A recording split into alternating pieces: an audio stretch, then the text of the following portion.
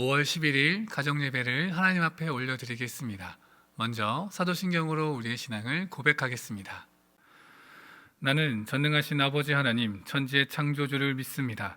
나는 그의 유일하신 아들 우리 주 예수 그리스도를 믿습니다.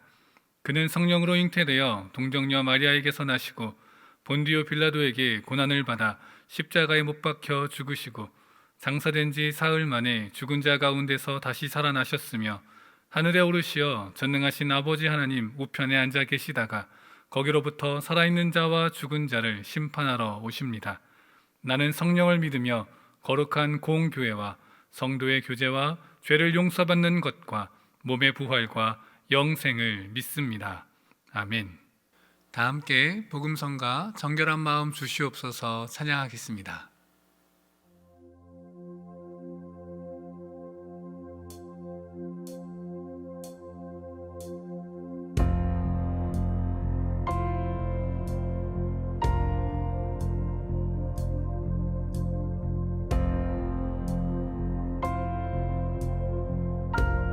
정직한 마음으로 주님 앞에 우리의 마음을 쏟으며 이 노래를 우리의 기도로 삼아 계속해서 주님 앞에 나아가겠습니다.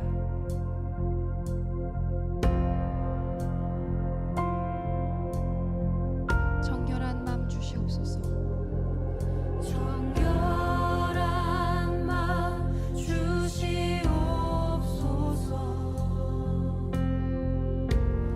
오 주님,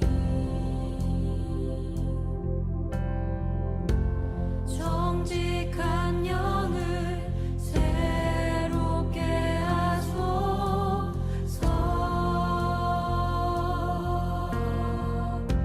한 번 더 정결한 마음 주시옵소서. 정결한 마음 주시옵소서. 오 주님, 정직한 영을 새롭게 하소서. 한 번 더 정결한 마음 주시옵소서. 주님, 정결한 마음 주시옵소서. 오 주님,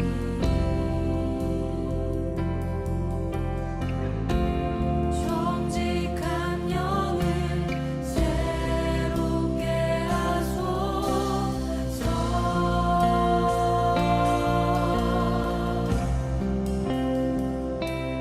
나를 주님 앞에서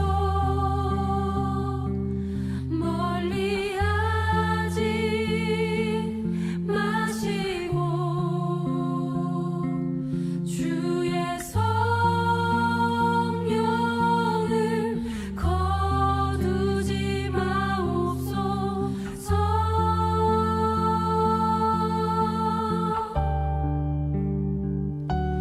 그 구원의 기쁨 다시 회복시키시고 변치 않는 맘 내 안에 주소서.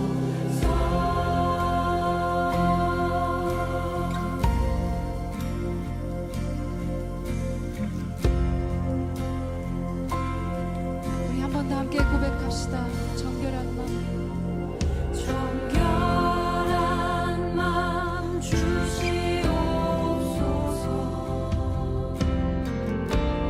오 주님,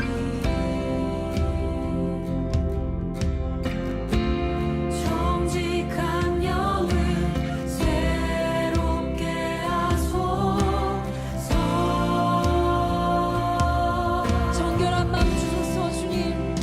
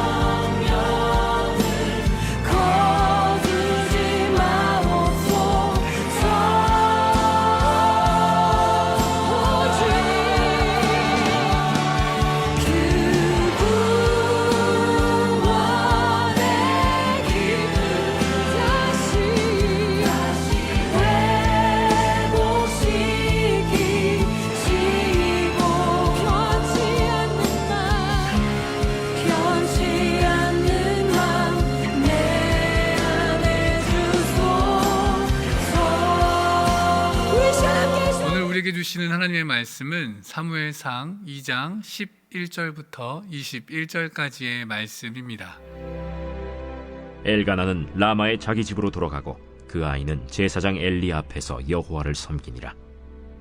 엘리의 아들들은 행실이 나빠 여호와를 알지 못하더라.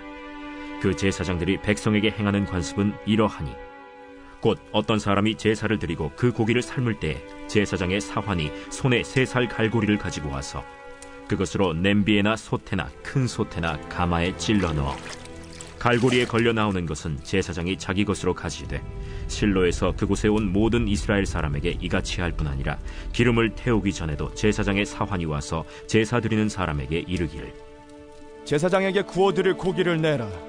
그가 내게 삶은 고기를 원하지 아니하고 날 것을 원하신다. 그 사람이 이르기를 반드시 먼저 기름을 태운 후에 내 마음에 원하는 대로 가지라.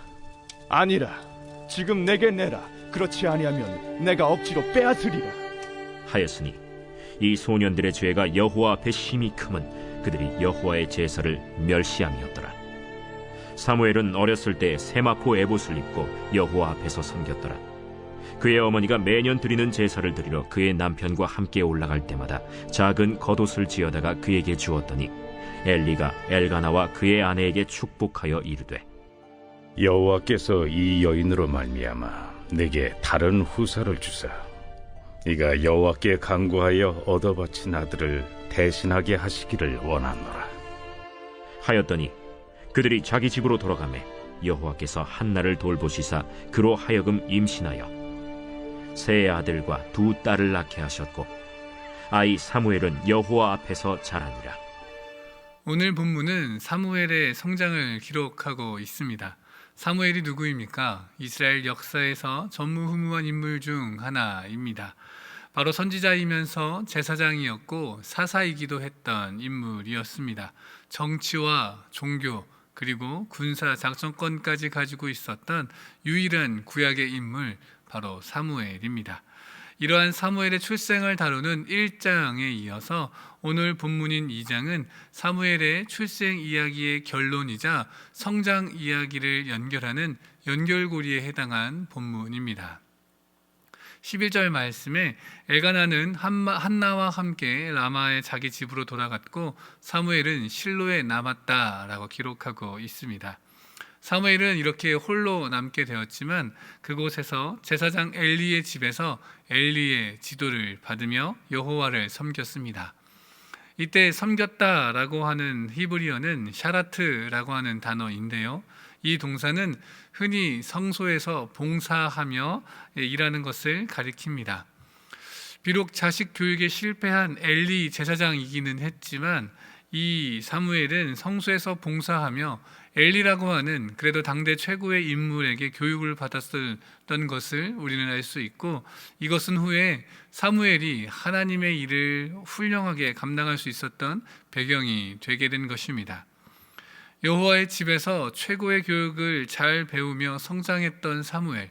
그런데 이 사무엘과 대비되는 인물이 모습이 또한 오늘 본문에 등장합니다. 바로 엘리의 아들들입니다. 오늘 본문에서 엘리의 아들들에 대해 표현할 때에 행실이 나빴다라고 이야기하고 있는 것을 살펴볼 수 있습니다. 이때 행실이 나쁘다라고 하는 단어는 베네벨리아알이라고 하는 단어인데요. 이 단어의 원어적인 뜻을 살펴보면 가치가 없는 사람들이라는 뜻입니다. 이 베네벨리아알이라고 하는 단어는 구약 성경에 몇 차례 등장하게 되는데 신명기에 등장하는 우상 숭배를 선동하는 자들, 그리고 사사기에 나오는 기브아의 불량자들, 또 사울의 왕권을 인정하지 않았던 자들과 다윗의 도운 요청을 거절하였던 나발, 그리고 이세벨의 사주를 받아서 나봇을 거짓으로 고소한 자들, 그리고 마지막으로 여로보암을 쫓으며 르호보암을 대적한 자들, 이러한 자들을 가리켜 베네벨리아알이라는 단어로 지칭하고 있습니다. 이들의 악한 행실, 이 엘리의 2 아들의 악한 행실이 무엇이었는지 본문은 또한 설명하고 있는데요. 바로 자신의 몫을 겸손하게 받지 아니하고 감히 하나님의 재물을 탐하여 자기 마음대로 한 것이었습니다. 제사장은 제사법에 의해 철저한 절차를 지켜야 했고 자신에게 주어진 몫이 따로 정해져 있었습니다. 제사장이 받을 몫은 요제로 드린 가슴과 또 거제로 드린 오른쪽 넓적다리, 이 두 부분에 해당하는 고기가 바로 제사장들에게 주어진 몫이었습니다. 그러나 이 엘리의 두 아들은 그 규정을 무시하였고 갈고리를 사용해서 걸려 올라오는 그런 것들, 그 고기들을 자기 마음대로 취하였습니다. 이러한 악행을 일삼은 두 아들에 대하여서 행실이 나쁘다라는 표현과 함께 여호와를 알지 못하였다라고 기록하고 있습니다. 그런데 문제는 무엇입니까? 이들의 자리, 이들의 위치가 어떠한 것입니까? 바로 제사장이라고 하는 것입니다. 제사장이 누구입니까? 누구보다 하나님을 잘 알아야 하는 사람입니다. 누구보다 하나님을 가까이 해야 하는 사람들입니다. 누구보다 하나님의 뜻을 이루어가는 사람들이 바로 제사장이어야 할 것입니다. 그럼에도 그들은 여호와를 알지 못하였습니다. 정말 그들이 여호와를 알지 못하였는가? 그렇지 않을 것입니다. 그러나 그들은 하나님을 제대로 알지 못했습니다. 하나님에게 대한 지식이 분명히 있었을 테지만 그들은 제대로 하나님을 안 것이 아니었습니다. 오늘 본문에 나오는 알다라고 하는 히브리어 단어 야다라고 하는 단어인데요, 이 단어는 지식으로 아는 것이 아니라 체험적으로 아는 지식, 체험적으로 아는 것을 바로 야다라고 합니다. 그렇습니다. 엘리의 두 아들은 지식적으로는 하나님을 알았을지는 몰라도 체험적으로, 경험으로 하나님을 알지 못했습니다. 하나님을 향한 온전한 지식이 없었던 것입니다. 여호와를 경외하는 것이 지혜와 지식의 근본이라고 잠언은 말씀합니다. 그러나 이 두 아들의 모습은 여호와를 경외하는 것과는 전혀 먼 모습을 가지고 있습니다. 오히려 하나님의 제사를 멸시하였다라고 17절 말씀에 기록하고 있습니다. 오늘 읽은 본문은 아니지만 25절 말씀에서는 사람에게 범죄한 것보다 하나님에게 범죄한 것이 더욱 크다, 그 악이 더욱 크다라고 말씀하고 있습니다. 이렇게 엘리의 두 아들은 하나님께 범죄하여 베네벨리알, 즉 무가치한 사람이 되었습니다. 하나님에게 무가치한 사람이 되었습니다. 하나님을 온전히 알지 못하는 자들이 되어진 것입니다. 이러한 모습, 이 엘리의 두 아들의 모습과 사무엘의 모습이 크게 대조가 됩니다. 올바르게 믿음으로 성장하는 사무엘과 자신들의 탐욕을 채우는데 급급했던 엘리의 두 아들 홈니와 비느하스를 바라볼 때에 우리는 신앙의 기본 자세를 다시 한번 배울 수 있습니다. 그것은 바로 코람데오, 여호와 앞에서, 하나님 앞에서의 모습입니다. 21절 말씀 마지막에 사무엘은 여호와 앞에서 자라났다라고 기록하고 있습니다. 삶의 환경, 성소에서 자랐던 그 삶의 환경과 행동까지도 하나님 앞에서 자라났던 사무엘, 그리고 감히 하나님을 멸시하며 하나님 앞에서의 삶이 아니라 자신의 욕망과 탐욕 앞에서 살아갔던 엘리의 두 아들들, 우리는 오늘 본문을 통하여 이들의 모습을 살피며 다시 한번 우리의 삶과 가정의 모습을 돌아보아야 할 것입니다. 우리의 가정은 하나님 앞에서 행하는가, 아니면 세상 욕심을 쫓아 행하는가? 이 두 길의 끝은 전혀 다른 결말을 가지고 있습니다. 바라기는 하나님께 크게 쓰임받았던 사무엘처럼 우리와 우리의 가정이 하나님 앞에서 행하기를 원합니다. 하나님과 함께 동행하기를 원합니다. 그리하여 크게 쓰임받는 복된 인생, 복된 가정 되어지기를 간절히 소망합니다. 나눔 질문 드리겠습니다. 지금 현재 우리 가정이 가장 신경 쓰고 있는 일은 무엇인가요? 그리고 그 일을 해결하기 위해 우리는 어떠한 방법을 사용하고 있나요? 하나님 앞에서 그 방법이 믿음의 방법인지 한번 돌아보고 하나님의 뜻과 지혜를 구하는 기도를 가족과 함께 드리기를 원합니다.